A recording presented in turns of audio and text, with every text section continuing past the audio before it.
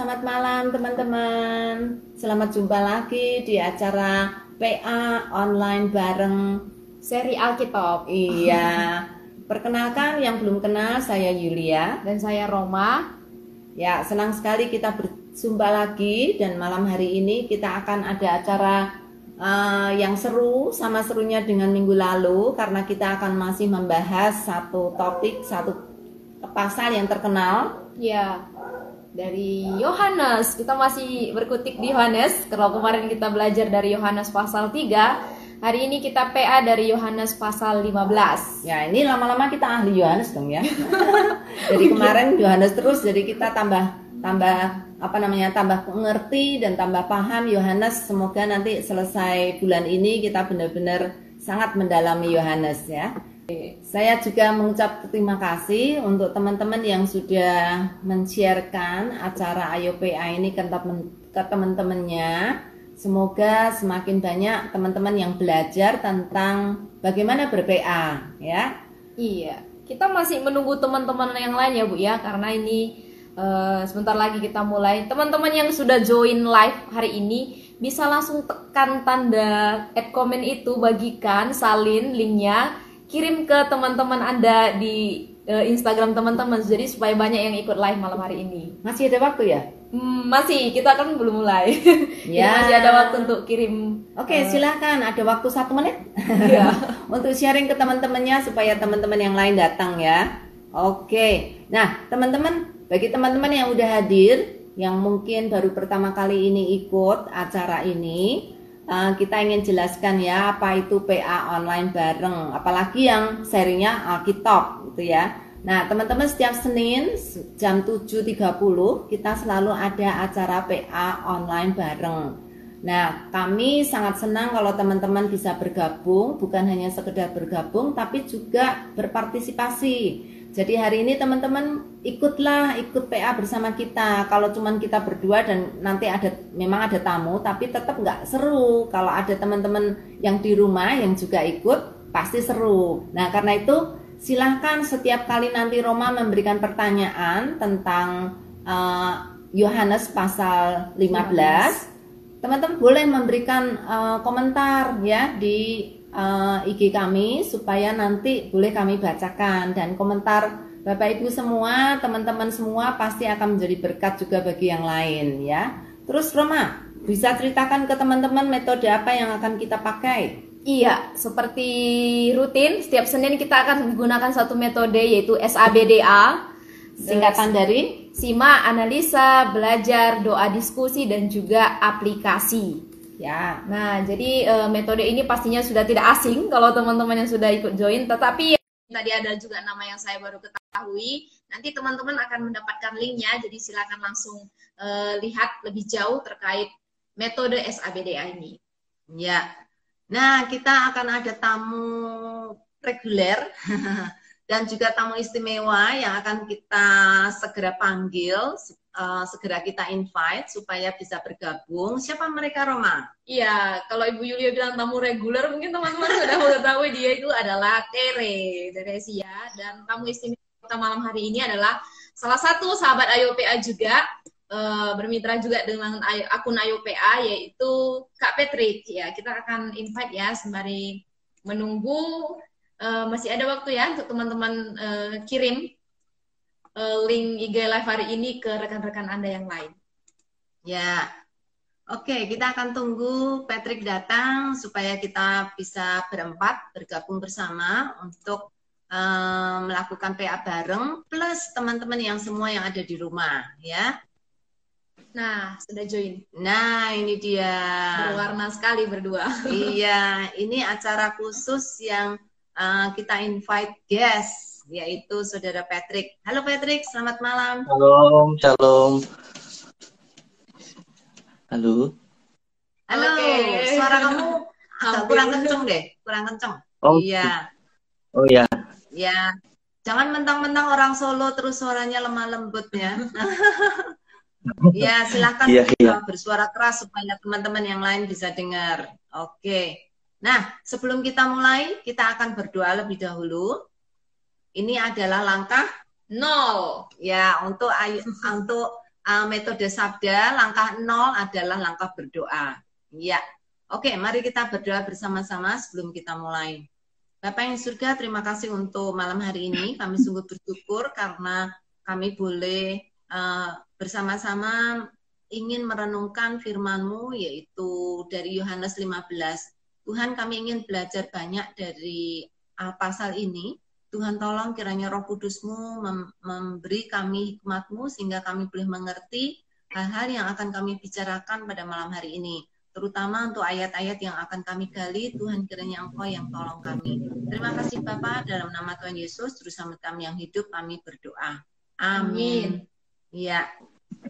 Oke, Roma, kita mau ngomong-ngomong sedikit, juga Patrick dan Tere ya, kita mau ngomong-ngomong sedikit tentang Yohanes nih. Apa yang sudah kamu ketahui tentang Yohanes nih? Yang kemarin dulu udah beberapa kali nih, kita kayaknya perlu belajar hal yang lain tentang Yohanes.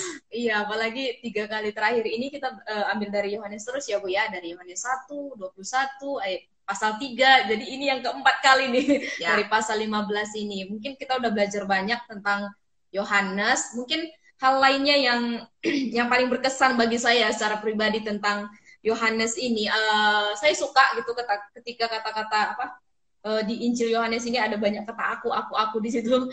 Aku adalah roti hidup, aku adalah pokok anggur, dan banyak akulah kata pintu, akulah hidup, akulah jalan kebenaran. Jadi kelihatan banget di sini Yohanes itu benar-benar punya hati yang meninggikan Kristus gitu.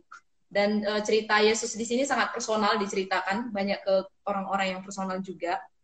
Ya, itu yang saya dan suka. Waktu Yohanes menuliskan Injil Yohanes ini dia udah tua, jadi udah kayak kakek kita gitu ya. Jadi kalau aku ingat Yohanes juga, aku membayangkan dia rambutnya sudah putih, dan dia sedang menulis untuk anak-anak anak-anak rohani dia gitu ya, terutama juga kita yang sekarang menerima Injil ini, dan itu sangat personal memang. Ya, setuju. Ya. Nah, keunikan lain Bu dari Injil Yohanes ini. Kalau aku sendiri sih keunikannya melihat ini pasal-pasal yang terkenal ini banyak, kisah-kisah yang nggak diceritakan di Injil lain juga banyak. Seperti yang minggu lalu tentang cerita Nikodemus, itu cuma tercatat di Injil Yohanes, terus tentang perempuan Samaria, bahkan tentang pokok anggur yang hari ini kita pelajari juga masih cuma tercatat di Injil Yohanes. Betul, dia punya kesan yang sangat istimewa terhadap ajaran Kristus. Dan dia juga bisa memberi kita satu gambaran yang lebih utuh gitu ya tentang Kristus. Ya, memang Yohanes punya satu ciri khas yang khusus ya, yang unik, yang kita bisa lihat. Ya. Nah, satu lagi nih gaya penulisannya. Nah, kalau aku lihat sih dari gaya penulisan Yohanes ini sangat sederhana sebenarnya, mudah untuk dicerna meskipun ada banyak muatan teologi di sana ya, tapi ketika di dalam setiap pasal itu ada banyak kata yang sering diulang-ulang. Nanti juga kita lihat di pasal 15 ya. Mungkin kata percaya, kata kekal, kata kebenaran, dan kata aku itu juga sangat banyak sekali di Injil Yohanes ini. Dan anak Allah juga. Anak Allah. Iya. Syarat banget. Iya. Oke. Saya yakin Patrick dan Tere sudah nggak sabar ini mau menggali Yohanes 15 ya. Ini ayat yang sangat terkenal banget gitu ya. Jadi kita akan langsung invite mereka. Sudah maksudnya ada. Bukan invite ini, bukan invite untuk menggali bersama. Iya. Ya. Okay. Sudah siap ya Kak Patrick dan juga Tere? Siap, Kak. Wah, suaranya lantang sekali, berarti ya sudah siap sekali. Nah, kita akan belajar bersama-sama ya, melihat dulu. Tadi kan udah mengerucut, tadi sudah lebih luas ya, tapi sekarang kita mengerucut ke pasal 15. Nah, tadi Bu Yulia bilang ini pasal yang terkenal. Nah, Kak Patrick setuju nggak sih kalau pasal 15 ini adalah pasal yang terkenal? Dan apa alasannya kira-kira? Halo? Apakah bisa join? Nah, sepertinya ya terkendala dengan jaringan. Mungkin Tere dulu ya bisa menjawab ya. Iya, kenapa pasal ini terkenal gitu? Kita pasti udah sering dengar cerita tentang pokok anggur yang benar. Nah, menurutku inilah yang membuat pasal 15 ini sangat terkenal gitu. Jadi bahkan waktu di sekolah minggu dulu juga udah sering disampaikan. Ada lagunya juga kan? Anggur yang Iya. Apa lagunya nggak, Ter? Kalau lagunya nggak tahu kan. Oh, tidak. Kaget saya. Oke, ya. Jadi ini adalah setuju ya, kita sama-sama setuju ya kalau ini pasal 15 ini sangat terkenal sekali ya, dan kita sudah belajar juga dari kisah yang sekolah minggu pasti sering ya guru-guru sekolah minggu menceritakan juga tentang bagian ini. Nah, kalau saya kembali ke Kak Patrick, semoga jaringannya sudah aman, terkendali. Nah, ada Semoga. berapa ada berapa perikop nih Kak di dalam Yohanes pasal 15 ini? Kalau di Yohanes 15 kurang lebih ada tiga ya, tiga perikop. Iya, bisa dijelaskan perikopnya?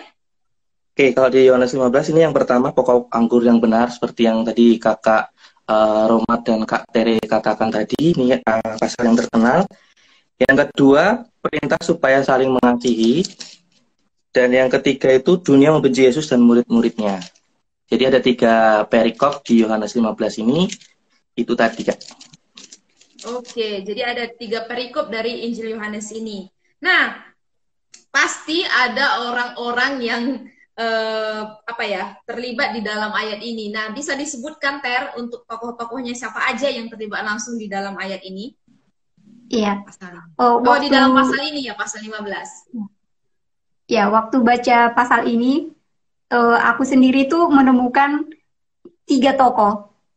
Yang pertama Bapa, Yesus, sama murid-murid. Iya. Jadi cuma 3 tokoh yang ada di sini ya? Iya. Oke, Tapi ya. murid-muridnya banyak. Murid-muridnya ada berapa, Ter? Ada 12 dan Oke, iya benar sekali. Iya. Jadi plus 12 udah lebih ya, berarti dari 10 orang di sini tokoh-tokoh yang ada. Walaupun nggak secara langsung disebutkan ya, tapi ini satu cerita gitu, satu perumpamaan yang Tuhan Yesus jelaskan ke murid-murid. Nah, saya kembali ke Kak Patrick nih. Kata-kata penting yang sering diulang-ulang di pasal 15 ini, adakah ditemukan kata-kata yang sering diulang-ulang, dan ini jadi penekanan biasanya kalau kata-kata ini diulang-ulang? Kalau yang saya jumpai ya Kak, ini pengulangannya tuh banyak di kata aku, seperti akulah pokok anggur, terus juga menunjukkan Bapakku, terus juga kamu di sini maksudnya mungkin murid-murid Yesus. Jadi penekanannya ya ini pesan dari Yesus untuk para murid-muridnya untuk mereka lakukan gitu. Iya. Ada kata yang lain selain kata aku? Kalau Tere melihat kata-kata yang lain selain kata ini? ranting. Ranting Setelah beberapa kali. itu, iya, tinggal di dalam aku, Yep. Ya. berbuah. Setelah itu mengasihi, perintah, kasihku, sahabat, dunia, membenci, Banyak ya? berdosa, dan bersaksi. Iya, ya. Wow, luar biasa Tere ya, menghitung semua ternyata. Ya, Ya, jadi gitu ada yang banyak, banyak. ada beberapa kata-kata yang diulang di sini, tapi tadi penekanan sudah dikatakan kata aku, kata ranting, tinggal di dalam aku, itu beberapa kali juga disebutkan di pasal ini. Kata mengasihi juga di perikop 2 kita bisa lihat ada berapa kali Tuhan Yesus sebutkan.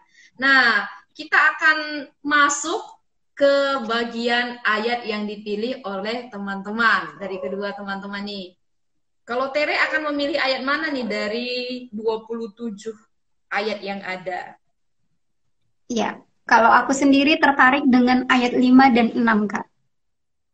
Ayat 5 dan 6. Ya, kita akan lihat nanti ya. Kalau Kak Patrick sendiri Kalau terkesan saya dengan ayat yang tertariknya di ayat 14, tapi nanti mungkin nyambung ke ayat-ayat di bawahnya. Tapi mungkin penekanannya di ayat 14. Oke, ya. Oke, karena Tere memilih ayat 5 dan juga ayat 6, kita akan mulai dari Tere dulu ya.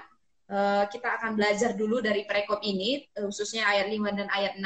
Silakan teman-teman juga boleh bisa sekarang membuka Alkitabnya, khususnya melihat ayat 5 dan ayat 6. Kita akan belajar bersama-sama. Nanti kalau teman-teman juga menemukan hal yang lain atau menambahkan dari pelajaran Tere, nanti bisa ditambahkan di kolom komentar.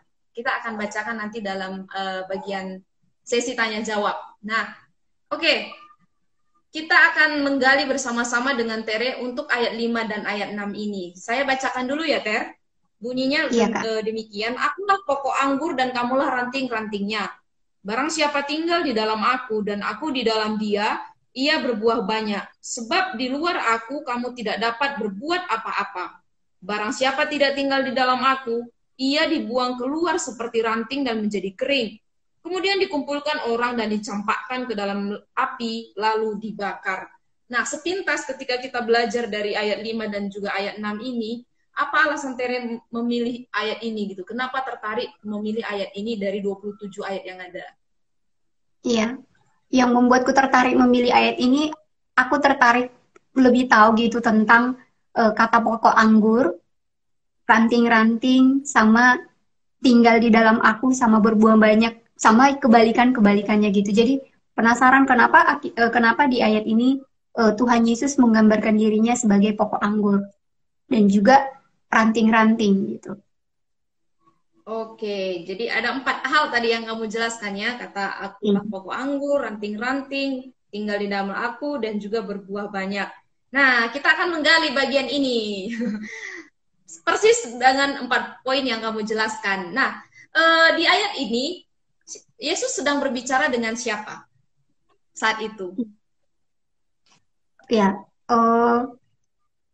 kalau kita baca sebenarnya ini kan yang Yohanes 15 ini menurutku nggak bisa berdiri sendiri gitu. Kalau di pasal-pasal selanjutnya sebelumnya itu dia itu dijelaskan kalau Tuhan Yesus itu sedang berbicara kepada murid-muridnya. Ya, pasti ya, Yesus sedang berbicara dengan murid-muridnya dan ini adalah perkataan dari Yesus ya, dari ayat 14 itu sudah mulai di sini ya. Oke. Iya. Nah, dan di ayat 5 dikatakan, akulah pokok anggur dan kamu ranting-rantingnya. Siapa yang dimaksud dengan aku di sini? Dan siapakah yang dimaksud dengan ranting-rantingnya di sini? Nah, karena di pasal ini kan, ini yang berbicara Tuhan Yesus gitu, yang mengumpamakan dirinya sebagai pokok anggur. Nah, kalau ranting-rantingnya, kalau aku melihat itu adalah orang-orang yang mendengarkan saat itu gitu, dan juga untuk kita gitu, jemaatnya Tuhan. Oke, jadi perumpamaan tentang pokok anggur ini Yesus sedang mengindikasikan bahwa dialah pokok anggur itu ya. Tuhan Yesus adalah pokok anggur dan murid-muridnya adalah ranting-rantingnya juga dengan orang yang mendengarnya, termasuk kita saat ini. Nah, dan di situ diteruskan, barang siapa tinggal di dalam aku, dan ini tadi satu poin juga yang kamu lihat ya, terkesan terkait ini. Nah, apa artinya tinggal di dalam aku dari ayat ini? Iya, kalau kita mendengar kata tinggal kan itu berarti bersama-sama gitu. Itu artinya kita bersekutu dengan beberapa orang, yaitu kan ini kan digambarkan sebagai pohon dan juga ranting gitu. Berarti kan berbicara tentang kayak tinggal itu melekat gitu. Namanya ranting berarti melekat di dalam Tuhan Yesus gitu. Jadi ketika baca ini aku langsung tangkap situ sih. Berarti artinya kita tinggal atau melekat di dalam Tuhan Yesus gitu, dalam Tuhan. Iya, jadi melekat atau menempel di dalam pokok anggur yang benar itu ya. Nah, konsekuensi nih kalau kita nggak tinggal di dalam Yesus. Tadi kalau tinggal di dalam Yesus dikatakan kita akan berbuah banyak. Nah, kalau tidak tinggal dan menempel atau melekat di dalam pokok anggur itu, maka seperti apa konsekuensinya? Nah, konsekuensinya itu di ayat 6, akibat gitu, atau konsekuensi ya, yang kayak kakak katakan. Jadi, barang siapa tidak tinggal di dalam aku, ia dibuang keluar seperti ranting dan menjadi kering. Kemudian dikumpulkan orang dan dicampakkan ke dalam api, lalu dibakar. Oke, jadi endingnya? Iya, kalau aku menangkapnya itu, kata dibakar berarti ini berbicara tentang hidup yang binasa, yaitu neraka gitu. Jadi ketika kita nggak tinggal di dalam Tuhan, ya neraka lah yang akan menjadi tempat kita gitu, tujuan kita. Iya, jadi ada dua bagian di sini yang bisa kita pelajari ya. Kata tinggal di dalam Kristus akan berbuah banyak, tetapi orang yang tidak menempel di di dalam pokok anggur. Kita ilustrasikanlah pokok anggur ya. Kalau ada rantingnya yang lepas dari pokoknya, siap-siaplah itu ranting akan hancur, akan mati, dan akan ya itu tinggal dibuang lagi karena sudah tidak melekat di dalam pokok yang benar itu. Nah, oke Ter, apakah Tere saat ini di posisi mana saat ini? Apakah sudah tinggal melekat di dalam pokok anggur yang benar itu yang adalah Yesus Kristus atau sebaliknya? Iya. Dengan yakin bilang tinggal di dalam Tuhan Yesus. Belum yakin? Ya, yakin. Oh, yakin. Oke. Mungkin perlu Iya. ditanya nih, buktinya apa kalau kamu merasa kamu sudah tinggal di dalam pokok anggur? Iya. Sebenarnya waktu baca perumpamaan ini juga aku disadarkan gitu bahwa Tuhan sangat tahu gitu. Itu kan dia berbicara kepada murid-murid gitu kan. Tapi Tuhan tahu bahwa ketika pun kita mengikut dia, akan ada masa-masa kita lemah gitu. Nah, buktinya itu kalau kita udah tinggal di dalam Tuhan, kalau aku sendiri gitu, ya berarti bersekutu dengan Tuhan gitu. Setiap hari mau bersekutu dengan Tuhan, mau membangun hubungan yang intim, berdoa, membaca firman-Nya gitu. Walaupun aku sendiri sadar kalau belum sempurna, tapi tetap berusaha untuk menuju ke sana gitu. Iya, oke, puji Tuhan ya.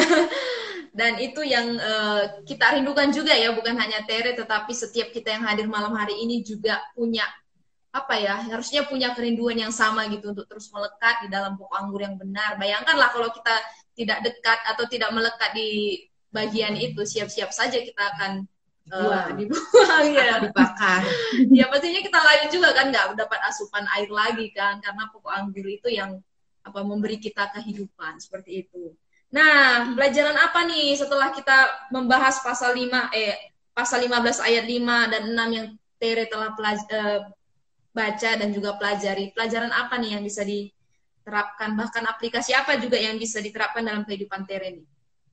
Iya, ini kan berbicara tinggal di dalam Tuhan gitu. Jadi aplikasi yang akan ku ambil itu adalah aku harus terus melekat sama Tuhan sebagai sumber kehidupanku gitu. Tadi Kak Roma juga udah sedikit bahas bahwa Tuhan itu ya namanya pohon gitu. Berarti kan dia membutuhkan air gitu, air hidup gitu kan. Berarti harus melekat ke pohonnya, ke pokok anggurnya yaitu Tuhan Yesus itu sendiri. Ya aku juga ya aplikasinya setiap hari harus terus gitu, harus terus tinggal di dalam Tuhan, terus bersekutu dengan Tuhan supaya aku tetap melekat di pohon itu gitu, sehingga bisa berbuah banyak. Iya, berbuah banyak ini bisa dijelaskan nggak? Berbuah banyak ini gimana nih pengertiannya? Ya, berbuah banyak itu kalau aku sendiri menggambarkannya itu adalah berdampak gitu, ada hasilnya berarti dari pohon itu gitu. Jadi ya aku juga harus berdampak dan bisa mempengaruhi orang lain juga. Jadi kayak namanya buah gitu kan, berarti bisa dimakan orang dan juga gitu ya, bisa dimakan. Iya, bisa dinikmati oleh orang, bisa dibaca dan juga bisa menolong orang juga mungkin ya, melalui kita orang lain bisa melihat Kristus yang hidup di dalam kita gitu ya. Iya kan. Iya, adakah orang yang kira-kira Tere lihat sebenarnya menempel di pokok anggur, tapi kadang ya punya daun yang lebat tapi tidak berbuah gitu. Nah itu kehidupan seperti apa tuh? Mungkin teman-teman juga kita bisa belajar ya. Banyak orang yang memang melekat di dalam pokok anggur, memang punya kita ilustrasikan seperti pohon gitu. Melekat tapi kadang ya hanya punya daun yang lebat tapi tidak berbuah. Itu seperti apa? Kalau pohon anggur nih ya, pohon anggur yang kita tahu sebenarnya tergantung pohonnya itu pohon yang berkualitas atau pohon yang bagus atau tidak. Kalau dia sudah menempel di dalam pokok anggur, udah pasti berbuah. Berbuah banyak. Pasti, karena pohonnya itu baik gitu ya. Nah, sering kita tidak menempel tapi tidak berbuah itu karena pohonnya tidak baik. Tapi kita tahu pohon ini adalah Kristus. Jadi tidak mungkin cuma berdaun saja, pasti berbuah. Kalau dia menempel, tidak ada pilihan lain kecuali dia berbuah. Oke, berarti ini konsekuensi dan memang ini inilah yang harus kita lakukan ya. Ya. Karena kita sudah menempel di pokok anggur yang benar itu gitu. Kalau kita nggak berbuah padahal itu pokok anggur yang benar, berarti ini dari kitanya yang ada yang salah ya Bu ya. Ya, bisa jadi, tapi kemungkinan lambat saja berbuah gitu ya, tetapi atau tidak banyak buahnya. Tetapi kalau melihat dari ayat ini, sepertinya Tuhan berjanji engkau akan berbuah banyak, bukan sedikit, bukan jarang, tapi benar-benar berbuah banyak. Jadi kita harus mengamini ayat ini bahwa kalau dia menempel di dalam pokok anggur yang baik, maksudnya pohonnya itu memang baik, maka dia pasti akan berbuah. Hampir dibilang otomatis dia akan berbuah gitu ya. Jadi ya kita harus terus menempel, itu saja. Kalau kita tidak menempel ya kita nggak mungkin akan berbuah. Oke, ya terima kasih Bu. Oke, jadi jelas ya teman-teman semua. Dan ini sebelum masuk ke, tadi Tere sudah jelaskan juga untuk pelajarannya. Dan ada beberapa respon ya dari teman-teman lain di sini. Sebelum kita masuk ke ini ya, ke Kak Patrick, ada beberapa pertanyaan Bu. Apakah kita bacakan sekarang? Ya, silakan. Nah, ada tanggapan satu dari Kak Ocha, hafal lagunya. Oke, tadi terkait menanggapi lagu ya. Nah, ada satu juga tanggapan dari Bu Lani. Ayat 5 bukti kalau kita sudah tinggal melekat pada pokok anggur Yesus, terlihat dari buahnya. Terkadang orang bilang hidup di dalam Tuhan Yesus, tapi nggak kelihatan buahnya. Gimana kalau kayak gitu? Mohon pencerahannya. Ini mungkin seperti yang saya tanya tadi ya, Bu. Mungkin ya, Bu. Ya, Bu, kita menempel di pohon yang bagus, yang memang bibitnya itu memang bagus, jadi mungkin nggak berbuah, Bu. Ya, jadi mungkin kita harus tahu bahwa kalau kita menempel ya tidak ada konsekuensi lain kecuali ya berbuah. Tapi ini tadi ada Pak Samuel sebelum itu yang bertanya, kenapa pohon anggur? Apa signifikansinya pohon anggur pada masa itu? Nah, ini berkaitan dengan konteks bukan ini? Ya.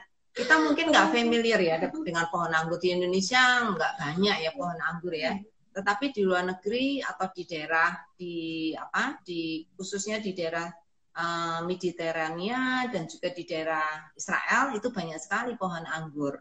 Nah, signifikansinya karena mereka sudah familiar dengan pohon ini gitu ya. Kalau di Indonesia mungkin kalau Tuhan Yesus hidup di Indonesia mungkin perumpamannya beras, padi. Tetapi karena di sana ada banyak pohon anggur ya, Tuhan pakai perumpamaan yang biasa diketahui atau familiar bagi orang-orang di sana. Iya. Ya. Saya juga punya pengalaman, Bu. Pernah teman saya pelayanan di daerah Mentawai, dia pakai pohon anggur, ilustrasinya jadi pohon pepaya gitu, sesuai dengan konteks orangnya. Jadi akulah pohon pepaya yang benar itu. Jadi disesuaikan dengan konteksnya ya. Karena orang nggak kenal pohon anggur ya. Iya. Oke. Ini ada lagi dari Ibu Winarti. Terima kasih Ibu Winarti yang selalu rajin hadir. Pokok anggur itu pohon yang hanya bisa dinikmati buahnya. Bagian lainnya tidak dapat dipakai untuk hal lain. Tuh. Ya karena itu dituntut buahnya. Kalau nggak berbuah ya pasti dibuang. Gitu ya, pasti akan dibuang. Kenapa dipilih pohon anggur? Karena pohon anggur hanya bisa dinikmati buahnya, yang lain tidak berguna. Ya itu salah satu mungkin ya Bu Winarti alasannya. Ya memang buahnya itu yang dicari gitu ketika kita menanam pohon anggur. Dan harus berbuah. Ya, dari mana kita bisa berbuah? Karena pohonnya baik. Kalau pohonnya tidak baik, misalnya bibitnya itu bukan bibit unggul, maka mungkin masih kira-kira buahnya mungkin kecut, mungkin buahnya kecil, mungkin buahnya tidak banyak. Tetapi kali ini kita tidak bisa memberikan perumpamaan seperti itu karena pohon anggurnya itu adalah Kristus. Jadi udah bibit unggul yang paling unggul. Jadi hanya satu tuntutannya, berbuah. Ya. Itu sebabnya hidup Kristen juga seperti itu ya. Iya. Tidak ada pilihan lain kecuali berbuah. Ya.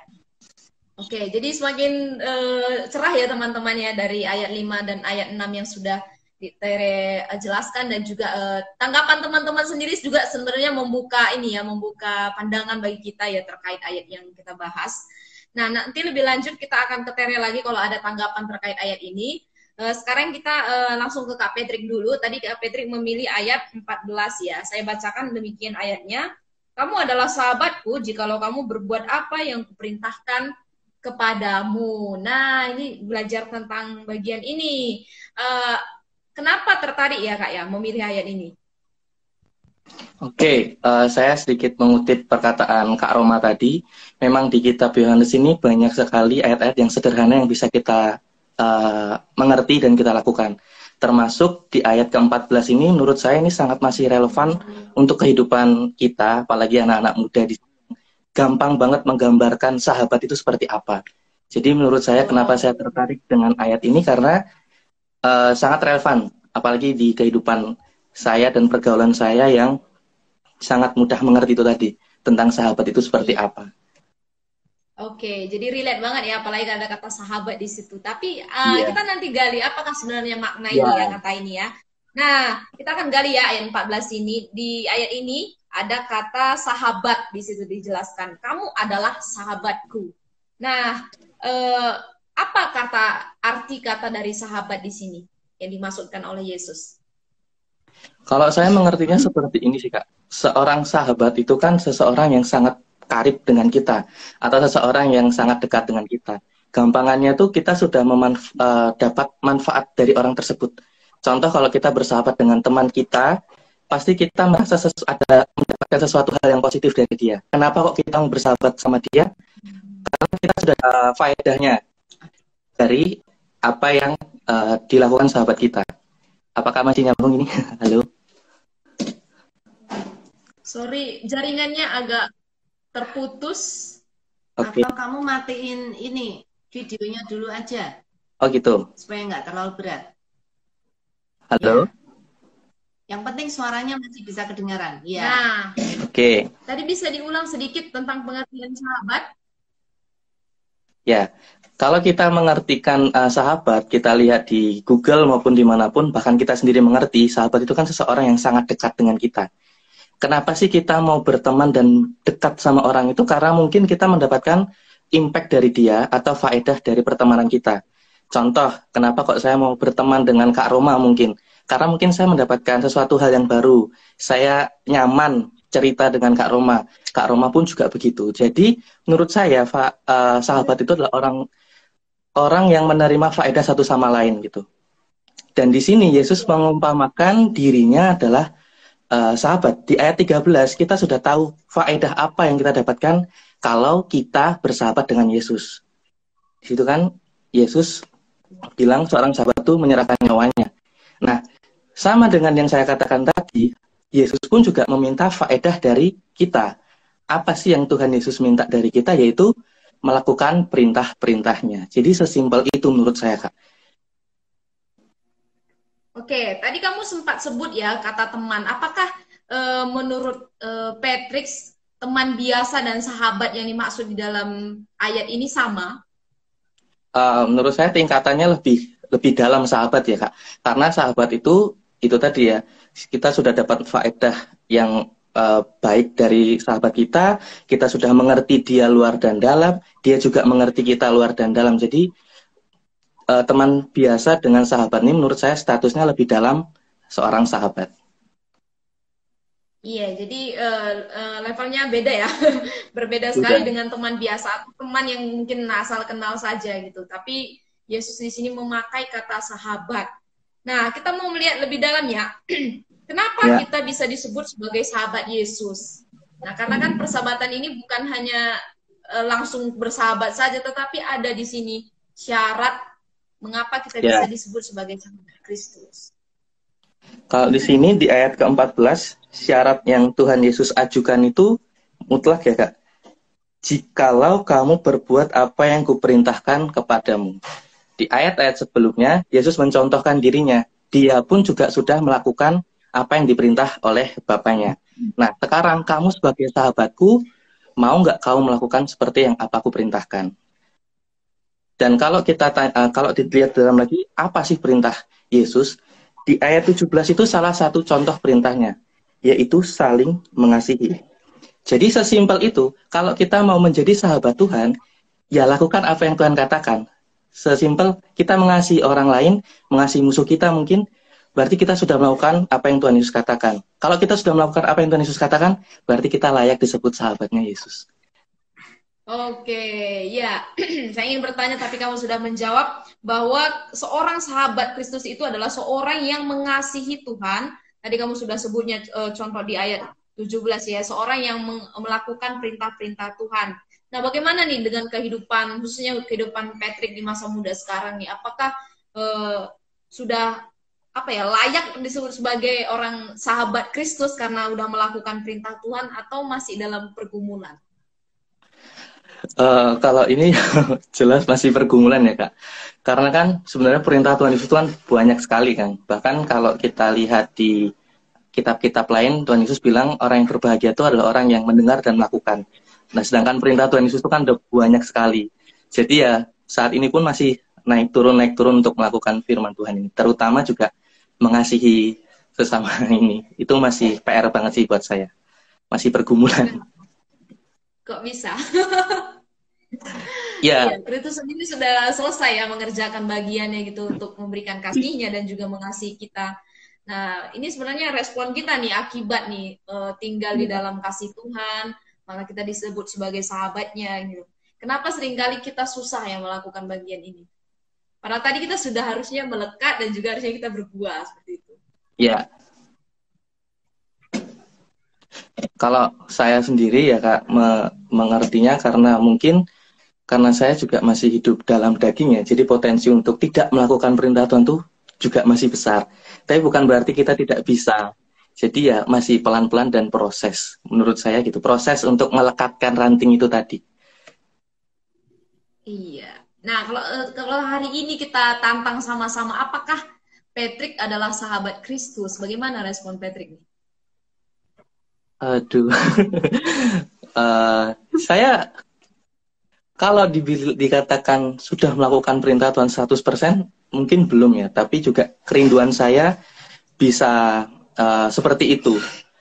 Dan juga kalau dilihat dari yang Tuhan lakukan ke hidup saya, faedah dari apa yang Tuhan lakukan, seharusnya saya bisa lebih mengasihi Tuhan. Tapi pada kenyataan praktek sehari-hari, saya masih belum gitu.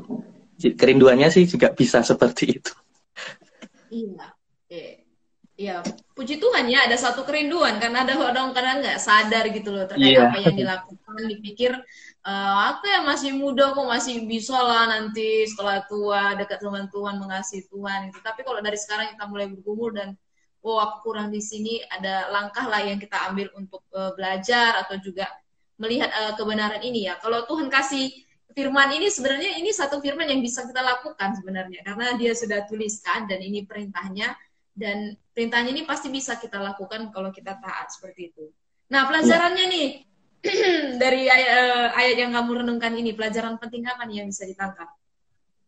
Kalau saya menangkapnya ya, Yesus yang sahabat kita sudah melakukan banyak untuk kita.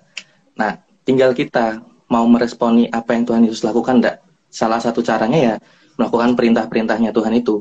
Jadi walaupun mungkin kita saat ini masih muda atau masih dalam tahap belajar, coba untuk terus melakukan perintah-perintah Tuhan. Karena dia sudah lebih dulu melakukan banyak untuk hidup kita. Jadi itu yang saya dapatkan dan mungkin jadi pembelajaran buat saya gitu. Ya, oke. Dan aplikasi yang akan dilakukan, mau share ke siapa? Aplikasi yang saya lakukan ya terus menggali firman, dan terus melakukan firman yang telah saya pelajari tersebut. Oke, supaya kita layak disebut sebagai sahabat Kristus ya. Jadi tadi yang awalnya kita belajar tentang sahabat yang mungkin agak apa ya, bisa dibilang masih terlalu sedikit ya, tapi sepertinya pengertiannya sudah mulai luas ya. Kita bisa disebut sahabat kalau ini tadi seringkali mungkin anak muda mungkin belajar ya, aku sahabat Kristus tuh, tapi perjalanan hidupnya kadang ya suka melakukan A, B, C, D yang tidak sesuai dengan perintah Tuhan. Nah, ya terima kasih Kak Patrick, dan hari ini saya juga waduh luar biasa diingatkan banyak lagi Bu Yulia terkait akhir ini. Padahal ini ayat yang sudah sering juga saya pelajari gitu, tapi tetap ada rema baru yang saya dapatkan. Iya, betul. Dan ini teman-teman di rumah kayaknya juga sudah mulai mencatat karena ada banyak berkat yang sudah didapatkan. Ini seperti yang dari, ada banyak nih ya. Oke, dari Ibu Winarti tadi sudah ya. Ibu Winarti lanjutannya, pohon anggur karena di Yesaya orang Israel disebut kebun anggur. Iya. Oke, itu harus belajar lebih banyak tentang latar belakang di Israel tentang kebun anggur atau pohon anggur ya.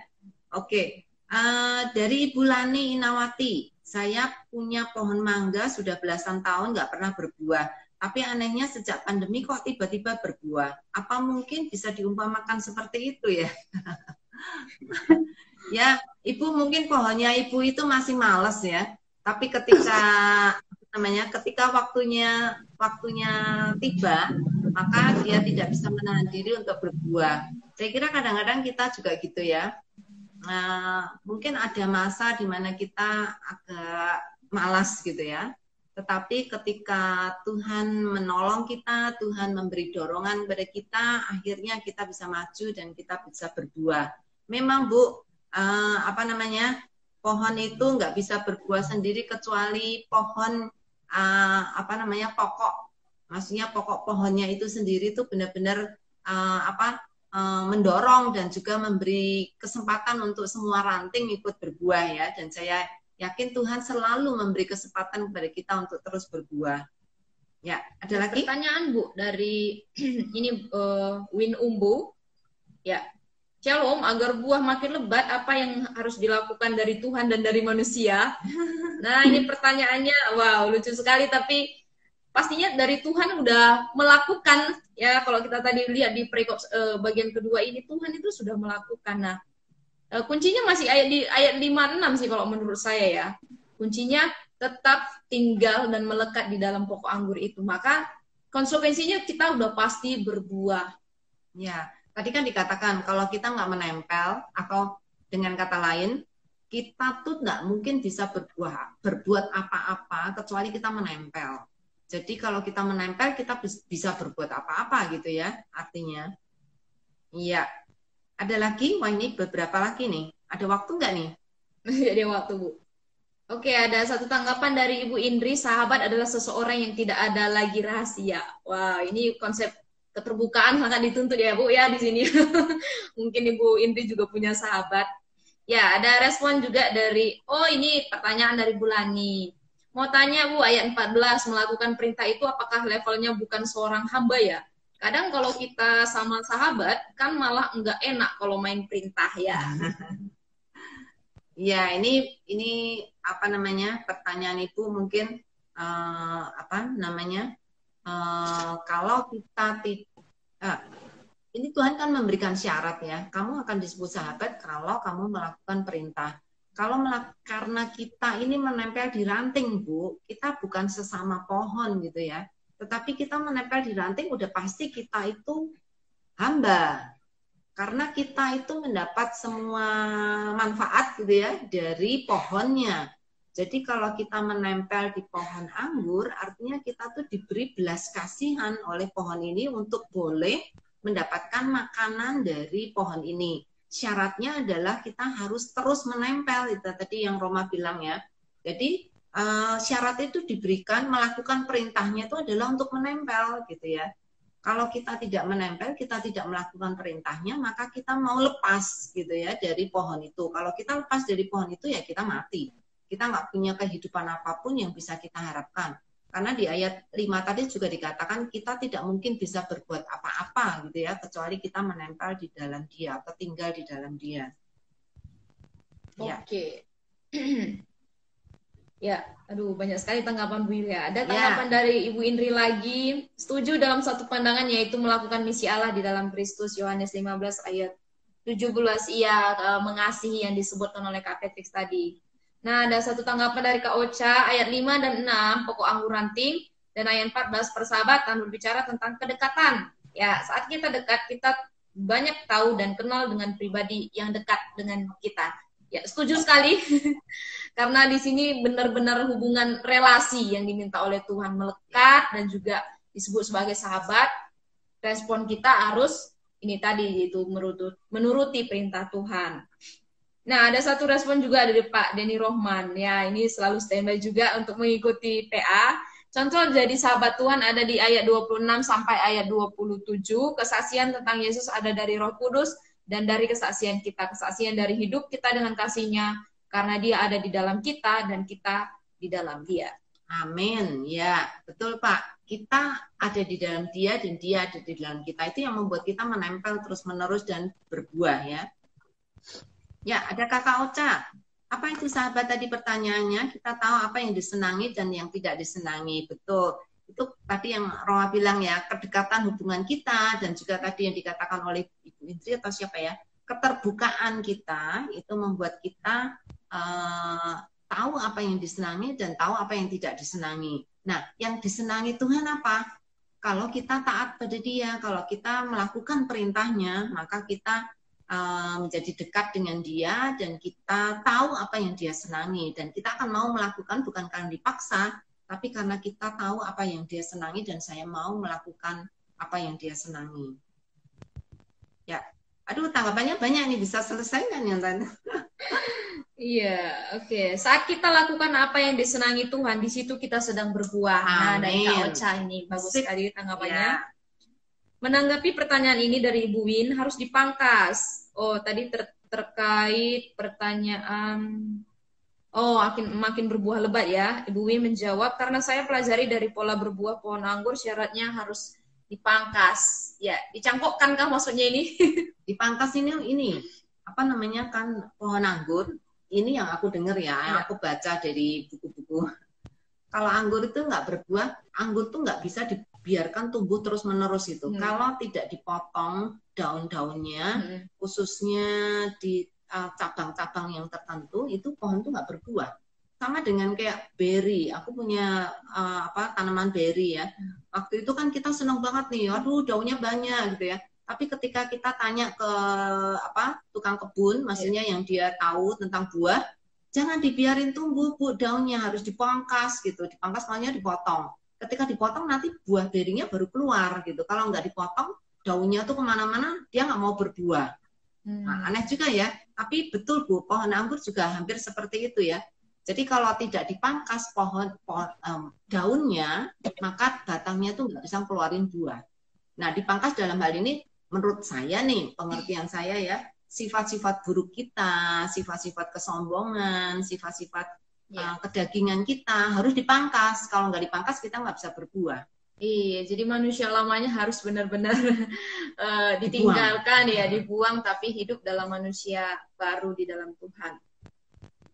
Nah, satu lagi Bu, dari Ibu Lani menanggapi pertanyaan ini. Kalau bagi saya, mungkin level sahabat itu bisa dilihat dari relasi kita, sama seperti relasi kita dengan Kristus. Ya, kalau Kristus sudah mau mati bagi kita, maka kita juga harus mau melakukan apa yang Dia senangi. Karena kita hidup karena Dia. Kalau Dia nggak mati karena kita mati terus-menerus. Tapi Dia rela mati supaya kita hidup. Dan kita sekarang sudah hidup, maka sekarang kita harus mau melakukan apa yang Dia inginkan. Ya. Ya. Wah, banyak banget ini hari ini. Terima kasih teman-teman yang sudah merespon. Kita jadi tambah banyak nih pengetahuan kita ya. Ya. Gimana Roma? Kamu sendiri belajar apa nih dari proses kita hari ini? Aduh, saya belajar banyak. Saya belajar dan benar-benar banyak dapat bagian baru sih dalam, khususnya sih dalam perikop kedua ini Bu. Diingatkan lagi gitu kan, sering konsep sahabat yang dimaksud Tuhan di sini berbeda gitu, dengan lebih jauh pengertiannya dibanding konsep sahabat yang ditawarkan dunia gitu kan. Tapi di sini konsep sahabat itu adalah akibat kalau kita melakukan perintah Tuhan gitu. Jadi ditegur lagi gitu, apakah aku selama ini sudah melakukan apa yang Tuhan mau, yang Tuhan perintahkan, ataukah masih belum gitu. Dan apakah aku layak juga disebut sebagai Kristus? Sahabat Kristus. Aku juga tadi merenungkan bagian itu juga gitu, bertanya tapi merenungkan ke diriku sendiri. Ya. Teman-teman, kalau bukan karena waktu nih, kita masih mau ngobrol terus nih, tapi waktu kayaknya sudah mendekati, harus segera selesai. Sudah lewat juga. Sudah lewat. Iya. Ya, saya akan segera saja memberikan kesimpulan, tapi habis ini saya ingin tanya ke Patrick dan juga ke Tere, dari kalian sendiri, hal-hal baru apa yang kalian dapati gitu dari ayat-ayat yang kita kupas bersama-sama dengan teman-teman yang ada di rumah ya. Nah, kalau tadi kita lihat apa yang sudah di-sharekan Tere dari ayat 5 dan 6 dan juga dari Patrick ayat yang ke-14, maka kita belajar bahwa Kristus yang sudah menjadi pokok anggur dan kita itu sudah diberi belas kasihan untuk ditempelkan gitu ya, atau dicangkokkan ke dalam pohon. Kita tuh sebenarnya udah lepas dari pohon anggur, kita tuh udah dibuang dan tinggal dibakar gitu ya. Tetapi Kristus mau mengambil ranting kita dan dicangkokkan ke dalam pohon yang hidup itu, sehingga kita yang harusnya mati, kita sekarang menjadi hidup. Nah, itu yang membuat kita semakin berbuah banyak, karena kita mau untuk menempel di dalam Dia. Nah, tadi Tere juga sudah sebutkan bahwa pokok anggur yang sudah yang kita, di mana kita menempel, itu adalah Kristus sendiri.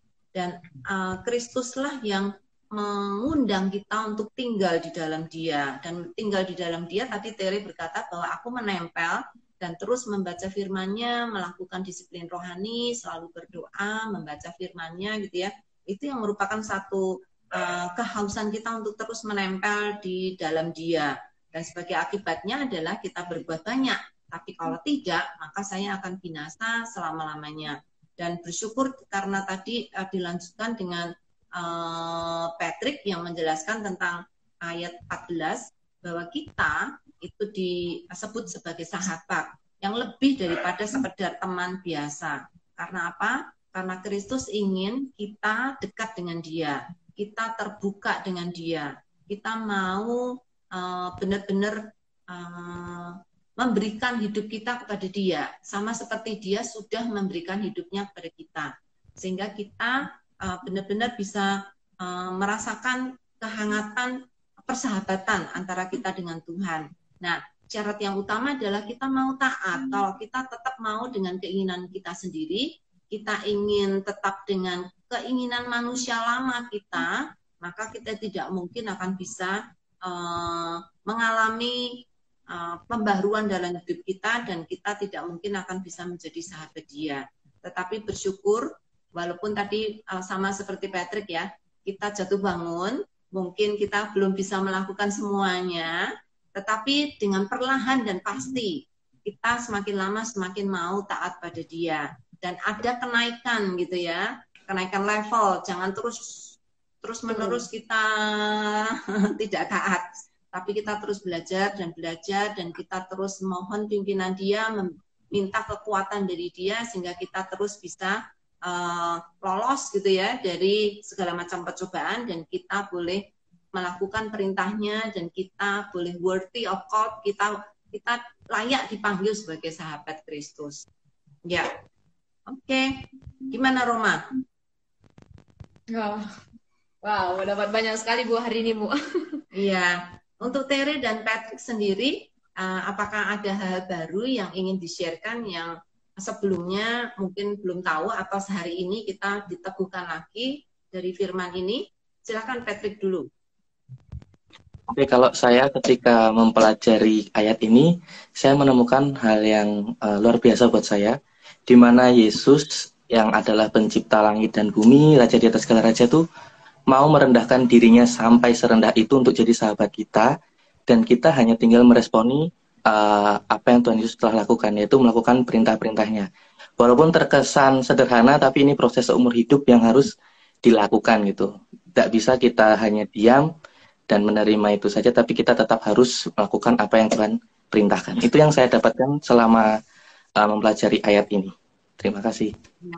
Thank you. Tere? Iya. Kalau aku belajarnya itu ketika menggali pasal ini gitu, aku semakin diingatkan gitu bahwa Tuhan udah berinisiatif, kayak tadi udah disinggung Bu Yulia juga, udah berinisiatif untuk mengajak kita tinggal gitu di dalam Dia sebagai pokok anggur gitu. Nah, kitanya yang bagaimana gitu, respon kita gimana sebagai ranting, apakah kita mau tinggal di dalam Tuhan gitu. Ya, dari situ aku belajar banyak sih. Sama ini juga tadi aku langsung teringat juga waktu membaca yang tanggapan dari Ibu Inawati gitu, kalau dibilang memangkas kedagingan kita gitu, tentang ada tadi yang membahas tentang memangkas itu gitu. Ya aku tertohok juga gitu. Oh iya ya gitu. Sebagai anak-anak Tuhan kita seringkali enggak sadar gitu kalau kita itu udah terlalu larut gitu dalam keinginan-keinginan daging gitu. Nah, gimana supaya keinginan-keinginan daging itu kita pangkas gitu. Yaitu dengan cara supaya kita bisa tetap melekat gitu dan berbuah banyak. Itu sih, jadi diingatkan lagi akan hal itu. Iya. Oke, terima kasih banyak nih. Gimana, Roma? Kita harus mengakhiri nih acara pada malam hari ini. Iya, Bu. Jadi sekali lagi terima kasih untuk Patrick. Terima kasih juga Terima untuk kasih. Tere. Iya. Iya, Iya, Jangan Kak. live dulu, kita belum selesai. iya, jangan live dulu ya. Iya, Iya. iya. Gimana, Roma? Kita akan tutup dalam doa ya, Bu ya. Wah, terpaksa harus tutup nih karena waktu sudah 1 jam.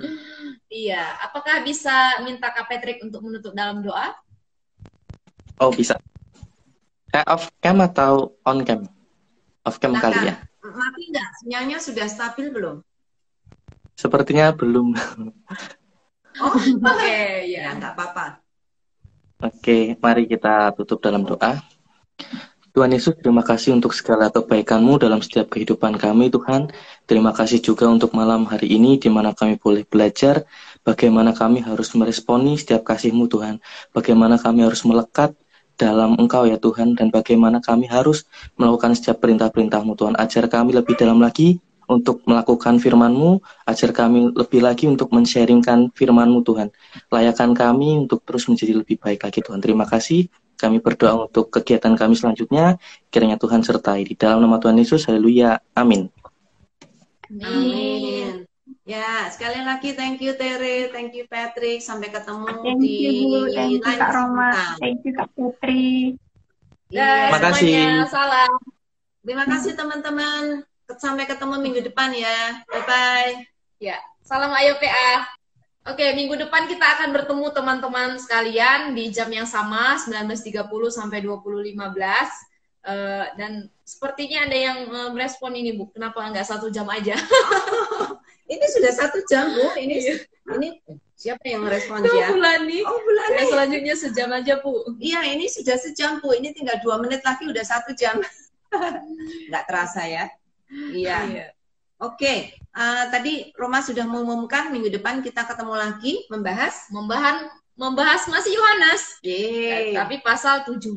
Wah, itu pasal yang berat itu. Pasal yang sangat berat sekali. Itu salah satu pasal yang sangat saya sukai karena itu adalah doa Tuhan Yesus untuk kita ya. Iya. Jangan lupa minggu depan harus kembali lagi ya. Kita akan membahas pasal yang sangat terkenal ini.